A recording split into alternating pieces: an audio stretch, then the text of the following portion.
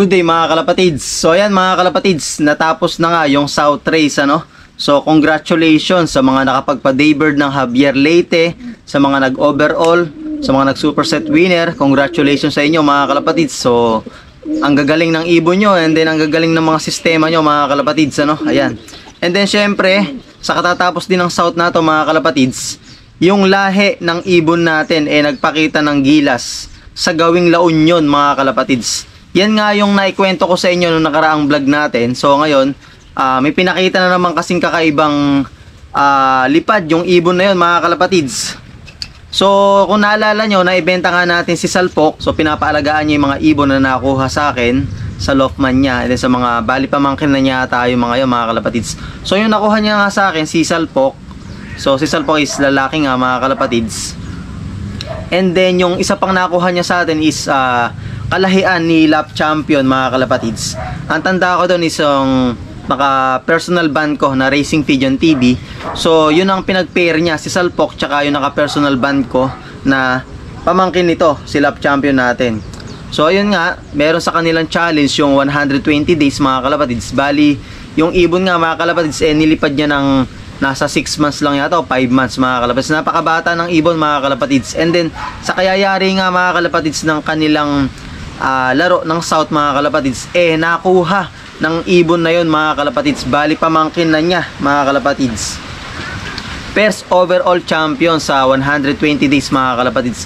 At saka nakakapagtaka at nakakagulat mga kalapatids, ang galing ng performance. Bali yung last 3 laps mga kalapatids, yung bali 3rd lap, 4th lap, 5th lap, nakuha ng ibon na yon yung lap champion. 3rd lap, lap champion, 4th lap, lap champion, and then 5th lap, lap champion mga kalapatids. Bali 5 times lap champion sana yon mga kalapatids, sabi ng ating kaibigan nga na yun mga kalapatids. And then yung Lofman, hindi naman ako nagtataka doon mga kalapatids. Bali ang mga ini-speed kasi ng ibon mga kalapatids is 1-1 mahigit mga kalapatids. Kaya sayang yung dalawang lap na hindi nakuha yung lap champion. Hindi daw mapapasok yung ibon. Siguro nadala yung ibon, yung mga ganun. Kasi yung mga kalapatids natin na yon is newbie. Kumbaga talagang unang sabak nila na yon mga kalapatids. So hindi pa alam yung proper na paano idisiplina yung ibon mga kalapatids. So ngayon nanalo na sila, na subukan nila yung linyada natin mga kalapatids. Alam na nila yung gagawin nila. So yun nga, hindi nila mapapasok yung ibon, naging mailap. Sayang yung dalawang lap na yun mga kalapatids. Lap champion, bali history sana yun mga kalapatids. Pero dun pa lang mga kalapatids, sa tatlong sunod-sunod na lap champion, talagang ang hirap gawin nun mga kalapatids. Alam nyo ba mga kalapatids, napakahirap magpa-lap champion, lalong-lalo na at marami na ring magagaling ngayon. Talagang ang hirap makipagsabayan. So ibig sabihin lang nun mga kalapatids, ang ganda ng pairing na ginawa nila. Kasi nga yung hen galing din sa atin, and then yung kak galing sa atin. So yun ang pinag-pair. Inilabas nga mga kalapatids yung pamangkin neto, 3 times lap champion. So hindi nga nakuha yung dalawa pang lap champion, yung first lap and then second lap. Sinayang mga kalapatids, hindi mapapasok yung ibon. And then ito pa yung isa mga kalapatids, nung last lap, kasi binabalitaan ako mga kalapatids, nung last lap meron nang nagpa-uwi. Let's go! So bali masisita pa niya yun. Ano bugbugawan mo na? Hindi bugbugawan na. Nung dumadating daw yung ibon, sinend din sa akin yung video So panoorin nyo mga kalapatids ito. Bali nung last lap, siguro nung dumating yung ibon, naghiyawan daw sila kasi champion Kahit umuwi lang yung ibon, mag-clock champion na. So umuwi yung ibon, naghiyawan. Ayun, nadala yung ibon, nagulat, lumipad uli. Kaya ang tagal ng minuto, ang tagal-tagal ng minuto, mga 27 minutes yata mga kalapatids, bago na papasok, bago na clock yung ibon. Ayun mga kalapatids. Pero ganun pa man mga kalapatids, nasipa niya yung unang nagpa-clock. So nakuha ulit yung lap champion mga kalapatids. Bali ang mga speed nun mga kalapatids, first lap hanggang 5th lap nasa libo mga kalapatids. 1-1, kulang 1-2, 1,000 mahigit yung last lap. So Sir Dato, eto nga pala yung ano niya, tita nung nag-champion mo. Bali may tulin talaga sila, kasi nga ito is nag-lap champion siya ng Tagudin Ilocos, Young Bird All Bird. Talagang may tulin yung nakuha mo sa akin. Yung pairing na yan Bali, ang pasok ng nakuha mo sa akin is may pasok neto sa side ng hen na nakuha mo sa akin. So, si Salpok nga, tsaka si Hooters. Bali, tatlong champion and then isang Katbalogan finisher yung nakapasok dyan sa pairing na yan, mga kalapatids. Kaya ako naman nilubos sa natutuwa kasi kinredit sa atin ng ating kaibigan. So, hindi niya pinagkait yung performance ng ibon. Sinabi sa atin, simula nung umpisa. And then, yung kapatid nun, ipapadala sa akin. Nang sa ganun makapagpadami rin tayo dito ng mga kalahian. Talagang napakaganda ng pairing, mga kalapatids. Kasi tatlo yung inilaro niya na same bloodline.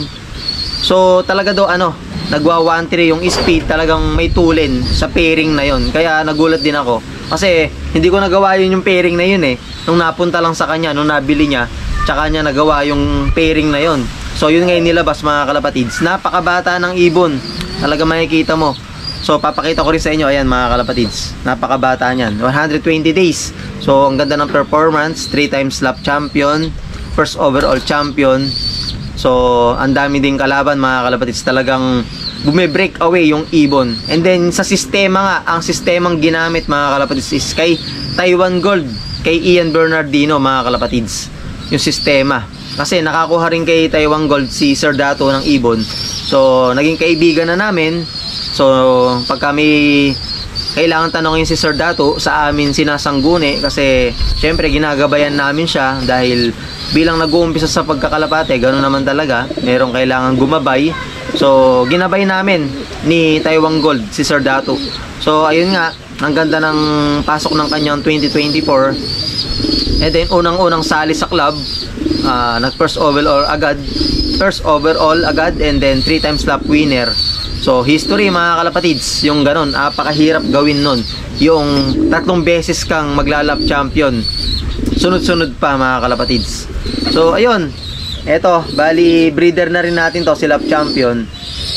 So, yung ibibigay niyang kapatid nun is pwede ko ditong ipares dahil kak yun.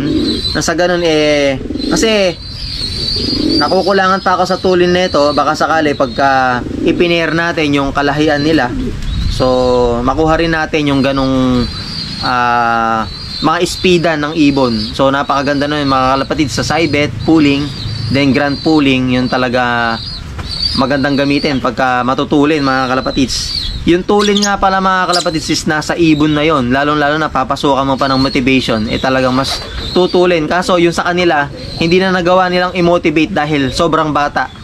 Ayaw pang pumares. Talagang 120 days nga, mga kalapatids So, di ba? Talagang wala pa siyang motivation nun Matulin na, nagwa 1-1. Magwa 1-2 mahigit. Kulang 1-2, mga kalapatids, yung naging speed.